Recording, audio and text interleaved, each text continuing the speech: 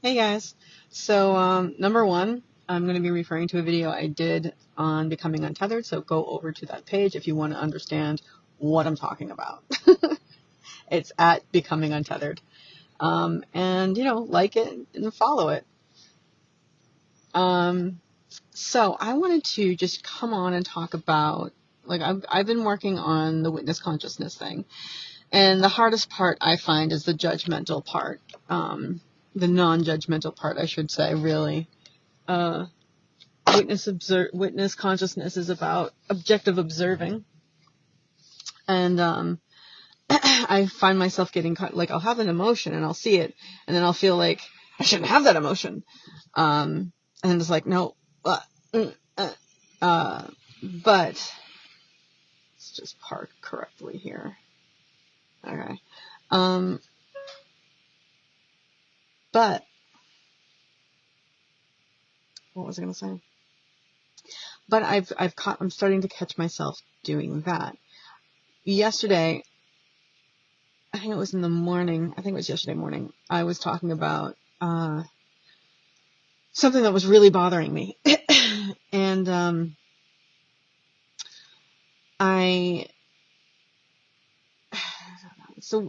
of the things that is interesting about something I talked about yesterday was the idea of when we're watching our emotions and our thoughts.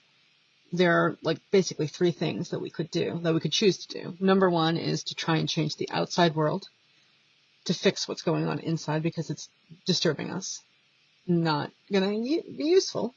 Number two was to try and fix it from the inside, try and fix what's going on the inside, by trying to kind of control your thoughts, control your feelings, that sort of thing, which is apparently just as not bad, but just as useless as trying to control the outside. The third thing is witness consciousness, right? We can observe it and just be okay, like, oh, look, that's what I'm feeling right now. That's that feeling. Interesting, you know what I mean? And separate ourselves from it, which is difficult to do.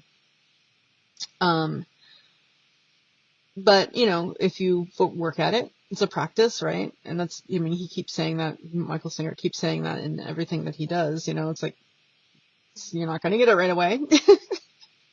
It's practice, it's willpower. And, it's a matter of, speaking of will, willing to stay present. And that's the other challenge I've had in the past, is I didn't want to be present. Like, okay, I'll be present for a little bit, but then I'm just going to start daydreaming again because I really want that and not this. But one of the things that he said that hit me in a different way yesterday was you have to be willing to do it. And that's something I've been thinking about recently a lot, is like, if I really want to be present all the time, I need to be present all the time. And I have to be willing to do that. I have to, like, when the urge comes up to think about something else, or to, like, go off into my little land of desire, what I want to have happen. And that's creative visualization, and there's a place for it. But I think while I'm learning to be present continuously, that it's a distraction. And I can do it once I'm kind of situated here in the seat of self. But until then, it's probably, unless I set some time aside, like, okay,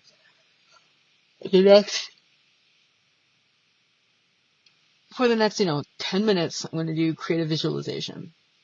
And then, but even then, one should be aware that that's what you're doing. I don't know, because you're supposed to really believe it and be in it for creative visualization. Anyway, so yesterday I caught myself judging myself, and it started to get easier to be like, okay, that there was that, and I come back. There was that, and then I come back, and not judge it like I was doing. And I'm having a little bit of trouble with that this morning, but I think as the day progresses and as I practice, it'll be easier for me to say, okay, there's that thought, there's that thing, come back. And there's this, the other thing is like, there is a serious urge for not to be present, like a real big urge to be like, oh, let's just think about all the cool stuff that will happen, that can happen, that I'm working for. Because that's so much more pleasant than being where I am. But regardless of where I am, the point is to be present, because that is what my life is doing. And if I am in the future, the potential future all the time, there's a couple of things that happen.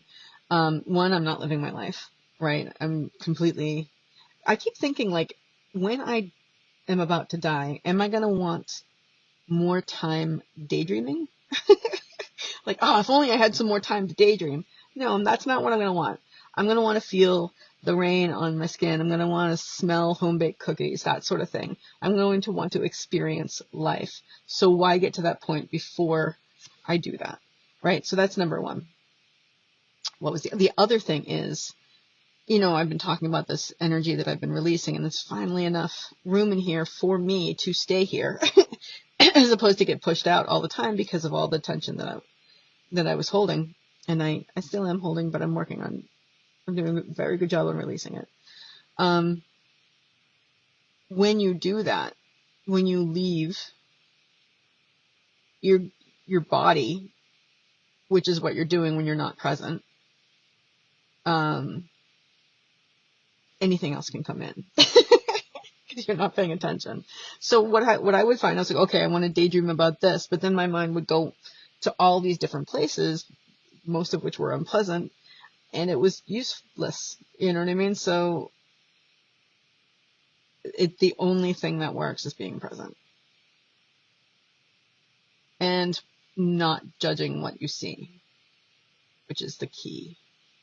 So that's what I wanted to leave you with. I'm going to go in and take a shower, maybe do a little bit of yoga first, do shower, and then start the day with my quests on Mind Valley, because I love them.